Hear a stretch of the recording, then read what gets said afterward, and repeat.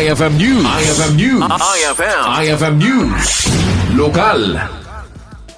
Ikidkid daw ti Kalesa Association dito'y probinsya ang maipaayanday tinan Anay suporta Manipud iti Provincial Government of Ilocos Norte. Second kan Mr. Jeron Agorila iti Vice President iti Kalesa Association, aro nga ing nagiti kakadwana kat maikan dagito iti pagpilaan ti Kalesa tapno aday ti makita a pwestuda ng rona dito'y syudad Tilawag.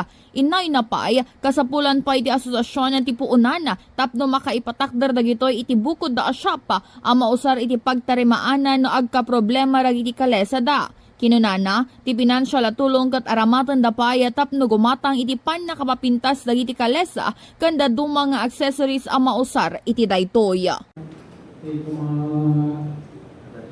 padalan din ang bugat na roket itulong ka kanya sa mga tandaan ti pagtuunan para iti organisasyon iti Kalesa mas kumatilungan na payat ka kami di buhungan para siya kung pagpatalimaan di Kalesa accessories ni gatang di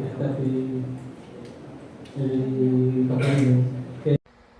Kabayatan namang namnamada nga umadupay ti agbalina kutsero tapno saan na maawan when numapukaw iti tradisyonal at transportasyon diti probinsya ti Kalesa. Para iti IFM News, Idol Bernadette Toledo, Tatak, IFM. IFM News. IFM News. IFM News. Lokal.